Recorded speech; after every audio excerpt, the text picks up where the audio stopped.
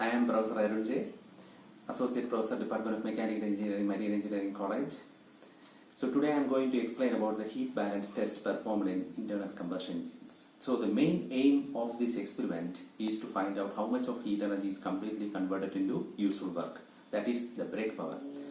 In this video, I will explain what are the various procedural steps you have to perform, the experimental setup present in Marian Engineering College, and also the calculation part, how you have to find out the various heat loss as well as the heat supply. Those things I will explain in detail.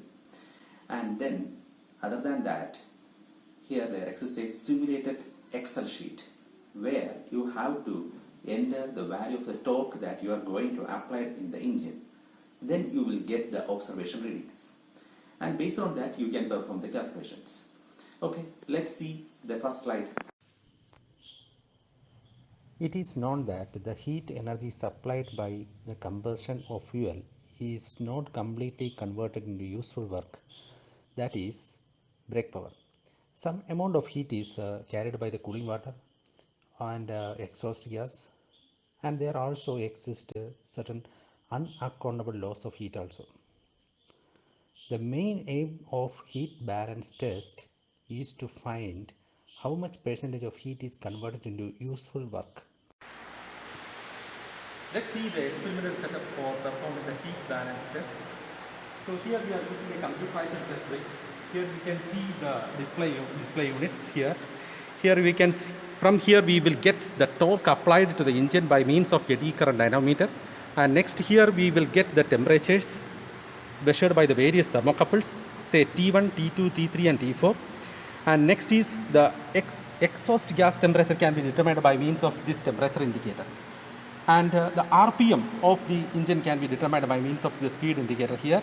And the cooling water entry to the engine can be determined by means of this one. It in unit is in cc per second. And here we are using a calorimeter also for measuring the temperature, heat carried by the exhaust gas. That is determined by means of this flow indicator. That is also in cc per second itself. Let's see the test rig here. So here it is the rotometer through which the water is coming through, and the water enters to the engine through this channel like this, and it is this thermocouple measures the inlet water temperature and is taken as the T1 temperature that we will get from the display panel, and the exit water temperature can be measured by means of this thermocouple here, that is represented as T2 in the display panel. Okay, and next is by means of these two temperatures, we can find out how much heat is carried by the cooling water by using the base equation mCp delta T. And next is we have to find out how much heat is carried by the exhaust gas.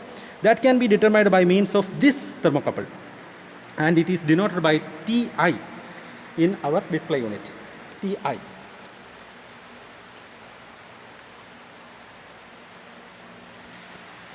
Next is to find out the heat carried out by the exhaust gas can be determined with the help of exhaust by means of this calorimeter. The water will enter into the calorimeter through the bottom side like this. The inlet water temperature is known to all. That is same as that of the inlet water temperature of the engine itself, say taken as T1. And the exit water temperature from this calorimeter can be determined by means of this thermocouple and is indicated as T3. Then we can see that here is the temperature of exhaust gas from the outlet of calorimeter. That will be less than that of the Ti. Why? Because some amount of heat will be carried by the calorimeter.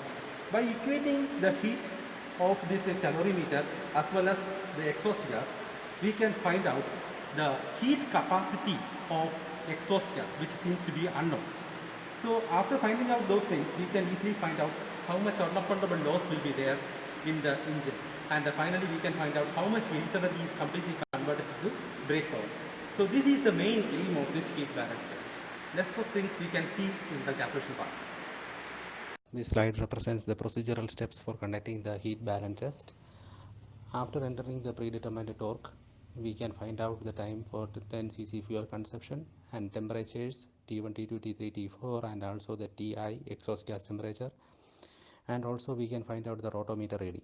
So these values, these observation readings, you can find out from the Excel sheet after entering the torque, say 2.5 Newton meter. While entering that value, you will get the remaining readings as you have seen in the digital display. Here is the observation table where you can see the torque that you have to apply to the engine, and next is the time for 10 cc fuel consumption, and then here we have to note down the time for 10 cc fuel consumption twice, that is taken as T1 and T2, and then how much water is entered to the engine as well as to the calorimeter. That can be directly read from the rotometer. That is on the next column. And next is the temperature reading. Here 5 temperatures you have to note down. Say the inlet and exit water temperature is denoted as T1 and T2, and then exit temperature of water from the calorimeter is represented as T3. The exit temperature of exhaust gas from the calorimeter is taken as T4, and the actual exhaust gas temperature is taken as Ti. So now let's see the Excel sheet. Here you can see that temperatures T1, T2, T3, T4 and Ti is seen, and also the rotometer reading that is showing the water entry to the engine as well as to the calorimeter is shown in the next column here. And now you can see here the time for 10 cc fuel consumption. So here you can see that select the value of a torque, that is 2.5 Newton meter. So that you have to select over here to get that observation reading. That you can select it from the drop down here, and then now you have to select here. Then you will get the set of readings present over here. That's all.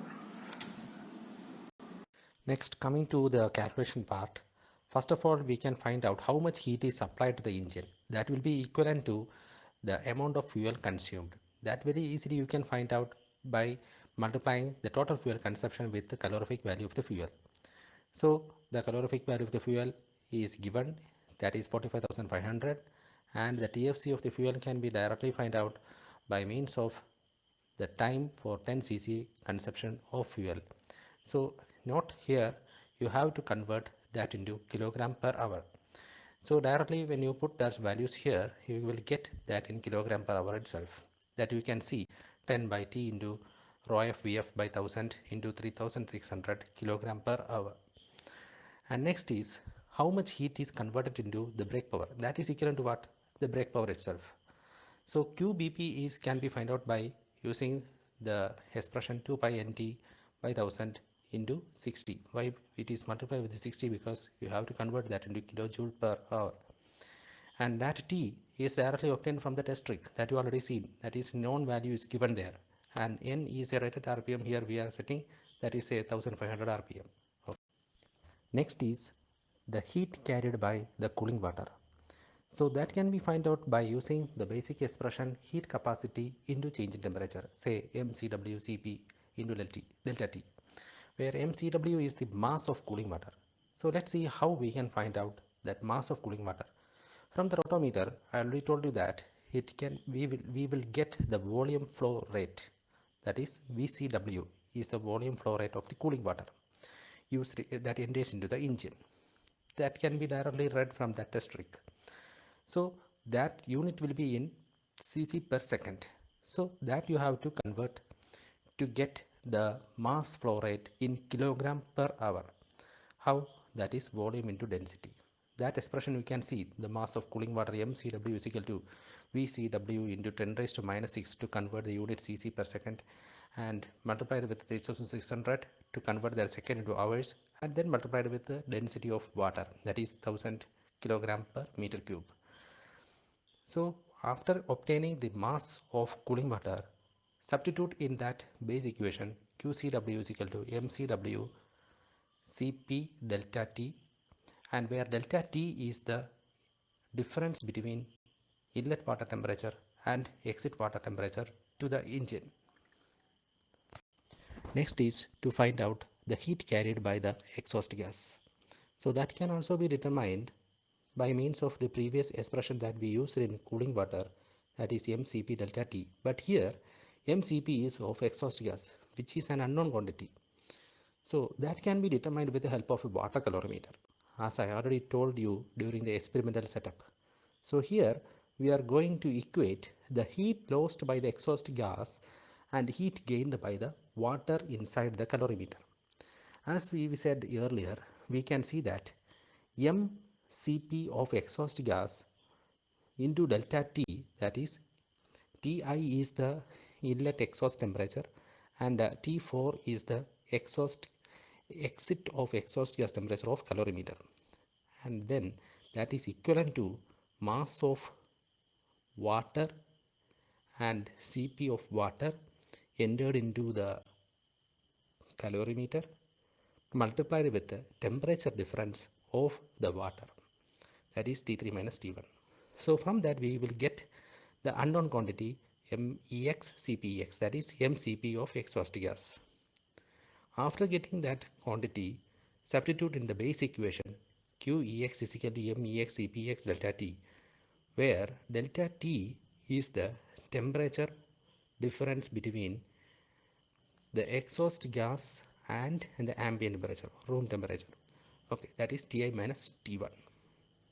Then you will get how much heat energy is taken by the exhaust gas. Next task is to find out the unaccountable loss, heat loss. That means by means of conduction, convection, lot of heat energy will get lost from the engine. That can be find out by simply subtracting the cooling water heat, the brake power conversion heat, and then exhaust gas heat from the heat supplied. That is Qs minus the sum of QCW, QBP and QX. You will get the unaccountable heat. Next job is to find out the heat percentage. That is very simple. You have to take the percentage of say how much heat is converted into brake power, how much heat is carried by the cooling water, how much heat is carried by the exhaust and unaccountable loss by dividing the known value with the heat supplied.